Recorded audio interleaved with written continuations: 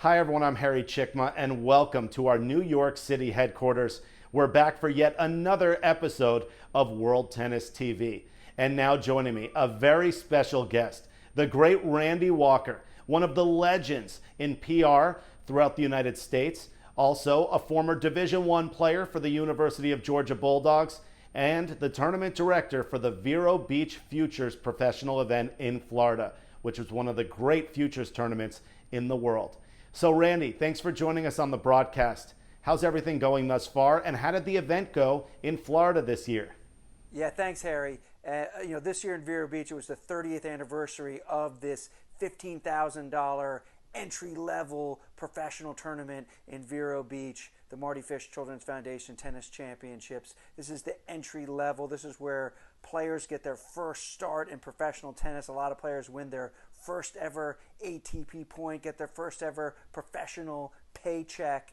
And we had a lot of great young American players who you'll be hearing about in the U.S. Open and Wimbledon in years to come. Jack Kennedy, Keaton Hance are two great young Americans who played in our tournament. Ben Wilworth, who was the Australian Open junior finalist this year, and Noah Johnston, who's headed to the University of Georgia this fall.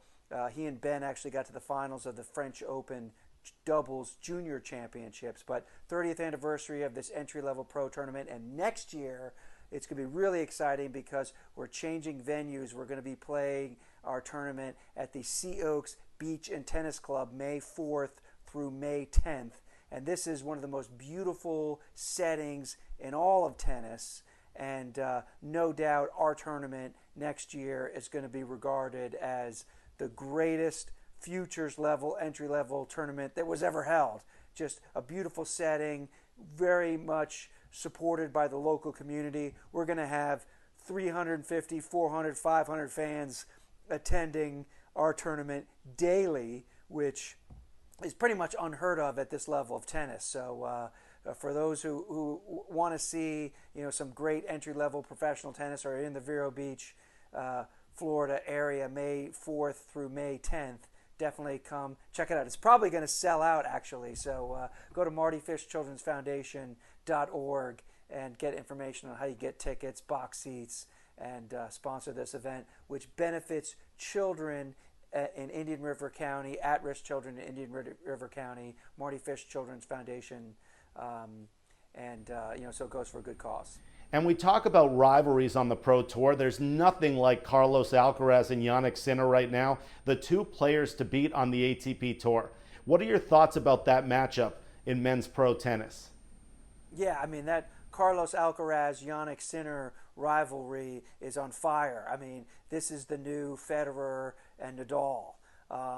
That French Open final that they had, that is one of the greatest matches of all time. It's such a great match that actually I published Steve Flink's book, The Greatest Tennis Matches of All Time. Steve Flink is a member of the International Tennis Hall of Fame and all-time great author and historian in tennis, and he wrote that book in 2012. And Steve and I have been emailing, thinking we got to update the book because that match was so epic, and probably will be included in the top 10 of Steve's rankings. So Alcaraz and Sinner, they're going to dominate tennis probably for the next decade. And it is interesting that you have this Federer, Nadal, Djokovic era, which is coming to an end, and these two guys have just stepped right in, and they're going to dominate tennis. And it's really going to be a challenge for men's tennis to get somebody else to challenge for those guys, because they're going to be playing, probably in most of the Grand Slam finals going forward, unless some other guys can step up and challenge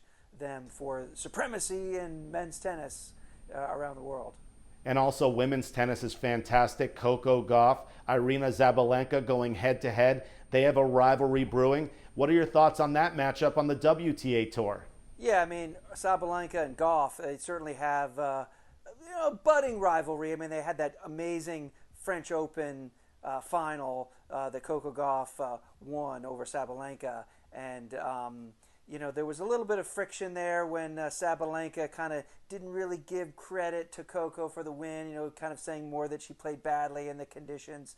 affected her worse and so forth. And they kind of Sabalenka got some grief over that from the media and fellow players and people in the tennis industry. And she recognized that after the loss and tried to make it up to Coco, and they did a little TikTok dance there at Wimbledon.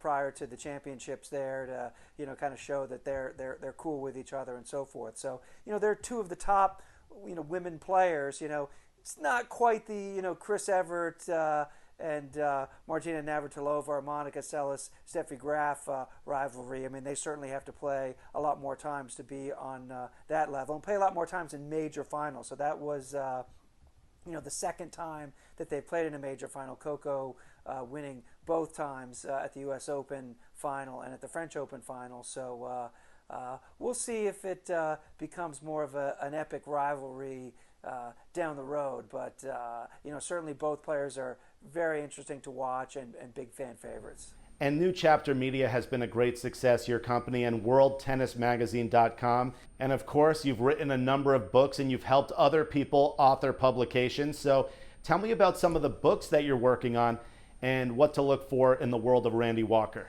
Well, 2025, this marks the 75th anniversary of when Althea Gibson broke the color barrier when she became the first black player to play at the U.S. Championships at Forest Hills in 1950.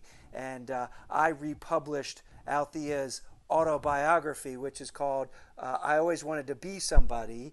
And, that's been a big promotional effort on our part, the U.S. Open celebrating this anniversary as well. So, if you want to read about Althea's firsthand, reporting of when she broke the color barrier and all of her successes and all the trials and tribulations that she went through in her time, definitely pick up the book. Billie Jean King wrote the foreword to the new republished book, which we did via New Chapter Media. But, go to newchaptermedia.com. You can pick up any one of our books. We got The Secrets of Spanish Tennis 2.0, if you want to read about how Carlos Alcaraz became, the great player that he was. And for those fans of American tennis, we got Pete Sampras, Greatness Revisited, which is also written by Steve Flink. So, and want to read more about the history of tennis and so forth, certainly go to newchaptermedia.com and get all the books we've published, and you'll become a lot smarter when you read our books. Randy Walker, thank you so much for joining us on the show. It's always a pleasure and a privilege to have you here on the broadcast. And there's much more coming up here on World Tennis. I'm Harry Cicma. Stick around. We'll be right back.